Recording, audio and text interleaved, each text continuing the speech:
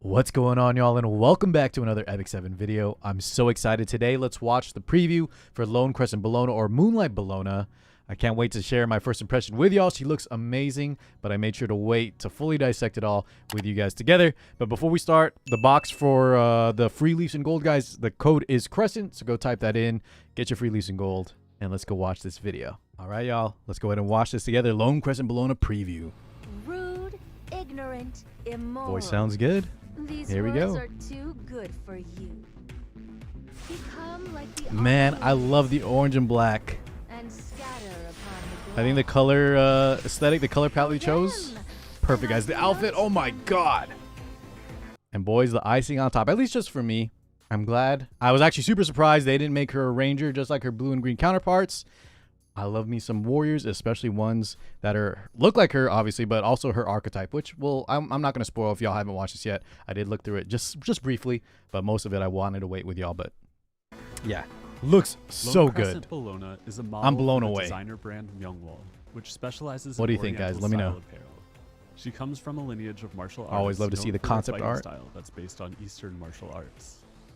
The She fan thing is doesn't care definitely about cool. looks, family, or reputation, and she only speaks to those she has battled. Doesn't care about and looks, but recognized she's as got her some great equal. style, you know? For everyone else, she acts as if they don't even exist, often having her manager deliver her messages for her. Okay. You can learn more about Kind of this story snobby in background, Moonlight all Theater obsessed by with watching fighting. The first episode of Runway Fighter. Oh, cool. All The right. First step. Moonlight Theater.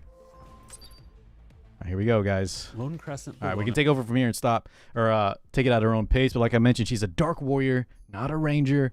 Stat line looks very good. She's a Scorpio.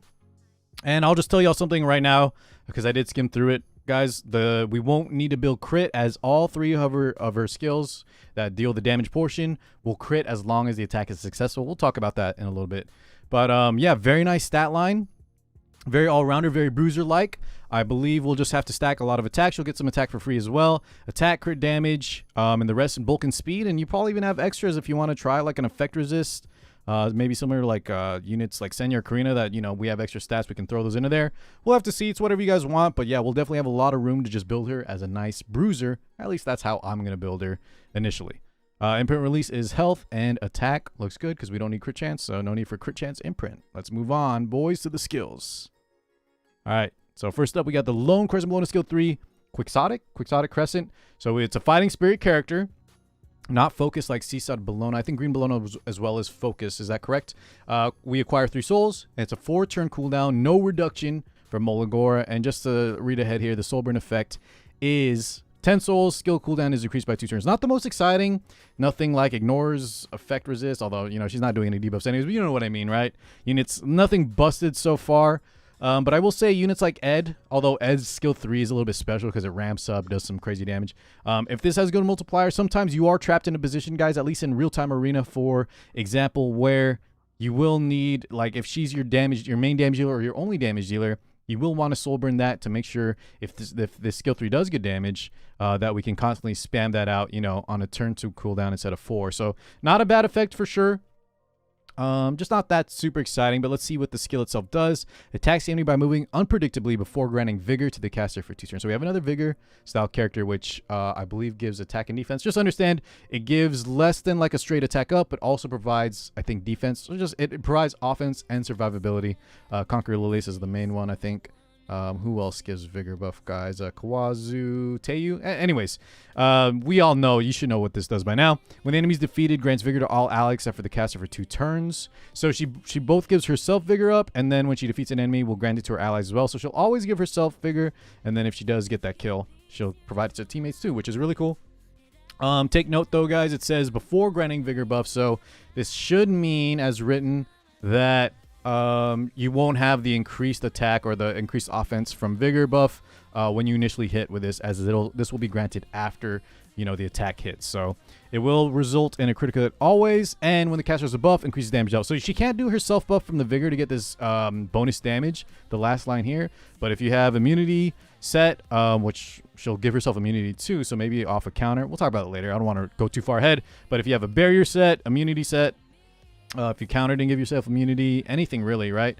If you have a unit that goes faster and gives yourself some buffs too, you'll get that increased damage. So I'm excited to see, or not excited, but curious to see the multipliers on this skill 3, how hard it will actually hit, because we can build her with a pretty nice stat line given her base stats and not needing crit stats. So very, very cool skill 3. Let's watch the animation together. Let's check it out. We did see it in the intro, but I want to see it again. Always results in a critical hit. Teleports behind you, When the caster goes has straight a through buff, Bellion, increases damage. upside down flip. When 10 soul is consumed. Cool skill finish, cooldown 10 out of is 10. decreased by 2 13k damage on a Bellion, right? There was no damage share effects here, no Aureus or damage mitigation. They did crit though through the anti-crit, which I believe anti-crit does nothing, guys. Maybe that's why they were showing it off, because we always result in a critical hit as long as we hit, which means as long as it's not a miss. Is there any other scenarios where it doesn't count as successful? I believe that's mainly it. As long as you don't miss either through evasion or blind debuff, whatever, you should crit even through that anti-crit. I believe that's like the new mechanics they did. But anyways, decent damage, looks awesome. And then she gives vigor buff for her whole team. If you soul burn it, 2-turn cooldown. Okay, very cool. Let's move on now, guys, to the skill 2, Waxing Crescent.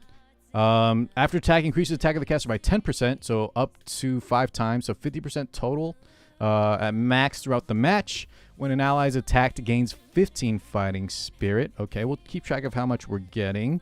So when an ally is attacked, this should count for all allies, including herself and all 3 of her teammates if you're playing a four-player mode like RTA and not something like Guild Wars. And when fighting spirit is full, consumes all fighting spirits to activate all eyes on me, which attacks all enemies, 20% combat readiness push, and the same thing, guys, always results in a critical hit as long as the attack is successful. Skill enhancements are all damage as well. Guys, it's just straight damage on everything. She's definitely a plus 15 unit. But yeah, so whenever anyone gets hit, we attack with that all eyes on me when our fighting spirit is full. So similar like Seaside Bellona, instead of the focus, it's fighting spirit. We need to get 100 fighting spirit. And anytime we get that max from allies getting hit, from her doing skill 3, from her doing skill 1, we build that up and unleash that kind of... It doesn't do a crazy amount of damage, and it's not going to be like Rengar Drink activatable. But gives a combat readiness push, always results in a critical hit, and you know, all damage is good, especially when we can reach and hit certain like stealth units. Maybe we can unstealth the Landy, put a little damage on Spectre's Tenebria. Yeah, very, very nice overall. So very cool. Let's see the animation together here, guys. And one other thing, just like Seaside Bellona, something important to note, that this is not a counterattack, guys. You might hear myself say it. Some other people say it like you counter with it, because it does feel like it's a counter. It gets procced after your opponents hit you, but it doesn't follow any counterattack rules. So as long as it's like Seaside Bellona's, which it looks like it is, nothing that stops counterattacks will stop this waxing, or sorry, not the waxing rest, the all eyes on me. Okay, so very, very cool. Breaks a lot of rules here. By being like that unique sort of mechanic. So let's look at the animation. Should look exactly like the other Bellonas. All eyes on me. Attacks all enemies. Shu hits us. We get full fighting readiness spirit. of the caster by 20%. Yeah, same little A fan successful spin. attack always See, the results damage in- not too impressive. And then like if Seaside Bellona was a hit, like Auden, that extra drink proc with a massive attack would do a lot more. So I think for like units that have evasion, obviously you're not going to get that guaranteed crit, because we're not going to be able to crit as well. And we missed, obviously, but I do think it's still very cool. I like that she has that ability. Like I said, it's nice to have extra damage, combat readiness push, and we can also hit, you know, evasion units, stealth units. Sorry, not evasion, stealth units, things like that are out of reach, to say a little bit. So the skill 1, last but not least, we have Delicate Crescent, 20 fighting spirit here on any skill 1, and like I mentioned, we do get immunity for it. So I'm already thinking, oh, as well as a successful attack will always result in a crit. So all 3 abilities will give critical hits. No need to build crit chance.